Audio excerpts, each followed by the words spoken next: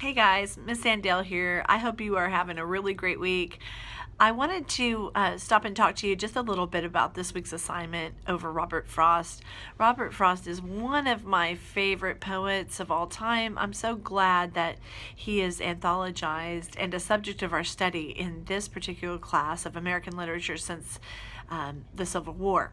So, as you can tell, there's a mini biography that you'll be reading, and an introduction, of course, in the text, and then many of his selected works, some of which are very, very famous and popular. I wanted to just remind you, I know I talk about this a little bit in Introduction to Literature, so if you've had me in that class, some of this will be a refresher for you. And but After Apple Picking is a very, very famous piece of his. And The Death of the Hired Man, I've actually heard people do that in speech and debate for competition. And much of his poetry, as you probably know, has to do with nature and what nature has to teach us if we will just listen and learn and observe. So if you're a nature lover, you may really have an affinity with Frost, as I do. I had a student one time who said to me, I hate Frost. When I said we're going to be studying Frost, and I heard that student say, I hate Frost. And I looked at that student and like incredulously, and I was like, you can't hate Frost. It's impossible to hate Robert Frost. And you might have hated the way that Frost was taught to you or something, but it's not Robert Frost's work. That's what I want to say. There's no way you can hate this if you get into his work and really understand where he's coming from. I don't understand how anyone could hate what he has to say and what he pushes us to think about. So you guys, I'm sure, have heard of The Road Not Taken. That one has been performed. They turned that into a song. You often hear at graduations. And I'm not kidding. This is how important an artist he was. Another one, Birch's Fire and Ice. Nothing Gold Can Stay. For those of you who are S.E. Hinton fans and have read or seen the movie The Outsiders, that's one of the major pieces that's included in the movie. I remember we all memorized that after we had seen the movie. So one thing I want to say about Robert Frost's poetry is it is deceptively simple sometimes. And I will tell you this as well as you begin to read. I don't know that I'm going to spend a lot of time talking to you about one particular piece, but what I do want to tell you is be careful, because a lot of the time what people tell you his poetry is just one kind of surface layer of it, and it's not necessarily accurate. For instance, people use his piece, The Road Not Taken, to suggest that there's one road that's better than the other. If you have heard that interpretation, it's not necessarily the worst interpretation of this piece, but if you really get into Robert Frost's poetry, you find out that he wasn't saying one road was better than the other. He just said that one made the difference, the road that you take. So one thing I'm going to say to you is, with Robert Frost, don't just read it and think, oh yeah, I see what he's talking about, because oftentimes he's not. Robert Frost is an expert at talking about both the dark and the light, and talking about that place where we're in the middle, making decisions, living our lives. And that's one thing I really love about him, is that he's candid. One of the things, we are watching the mini biography, but there are lots of great pieces out there I wanted to assign, but we just don't have time. Even for instance, if you want to go to the library and get on the Films on Demand, there's a great piece on Robert Frost. There's an interview that's done with him there. If you're interested in seeing him later in life answer questions about his poetry, you might be interested in watching that. And guys, just because I don't assign something doesn't mean that you can't go out there and investigate and use it in your pieces if you want to. You can do more research than is assigned and more investigation. I would strongly suggest that, especially with the pieces that interest you, that engage you. Robert Frost is one of those people for me. So in addition, I think I just turned my paper back, but Stopping by Woods Stopping by Woods on a Snowy Evening, very, very famous Frost piece. Design is a very famous piece, but they have a great collection here. I think a lot that has to do with perception. Which side of this are you on? And one thing I want to say too about After Apple Picking is that's one of my favorite pieces to talk about in class, but it takes me a long time to talk about it. Like The Road Not Taken, is there's much more to it than what is perceived. So here's what I'm going to say. I really want you to take your time with his pieces. Don't be deceived by how simple the language is, or even how simple the images are.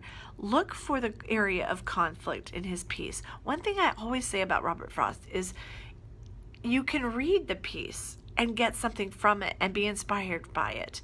Okay, this is why Frost was one of our poets who was wildly popular amongst regular people, the common people, the masses, and he was also popular with critics because there was more to him. So it's one thing to read it and say, okay, here's what I gather from it on the surface, but always with Frost, there's a darker underbelly, there's a darker message and a darker meaning. So hear me on this. I know it feels like a ramble to me a little bit today, but hear me on this. What you have to do, your objective is not just to get the inspiring outer layer of what he's saying, but go underneath it. Go underneath it and say, what is he saying that's darker, that's more complex, that's complicated?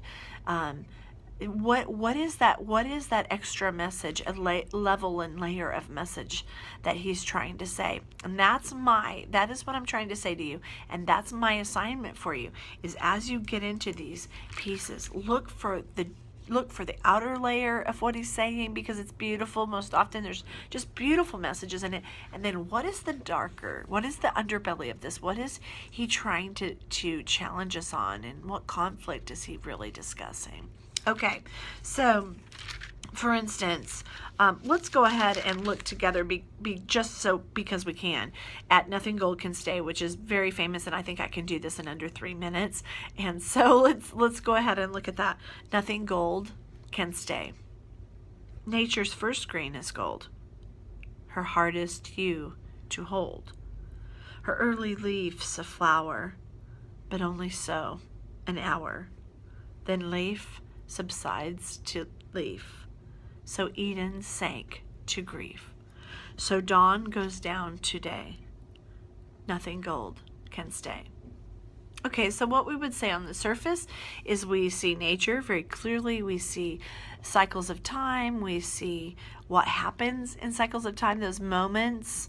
And then we see that, it doesn't last forever, that these moments are beautiful and golden. And you can talk about golden moments, or you can talk about how short the time of those golden moments. One thing I say when I have had the opportunity to discuss this with students is, if you think about a rose, the way it opens and all of and then there's that moment with a rose where it's at its best and it almost pushes up forward. Have you ever seen the petals? They just they do this, they open and then they push up, and then immediately after the death and dying, you see petals fall off. They're just not as beautiful anymore.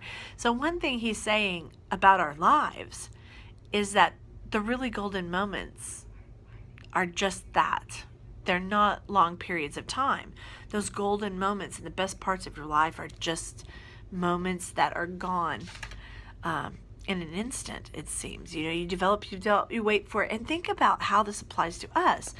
With Frost, what I want to say to you is, don't get stuck on the nature. The nature is beautiful. Learn from it. And I love how he can look out and watch something and see how something develops or something grows in nature and write this beautiful piece about it. But he's not just writing about nature.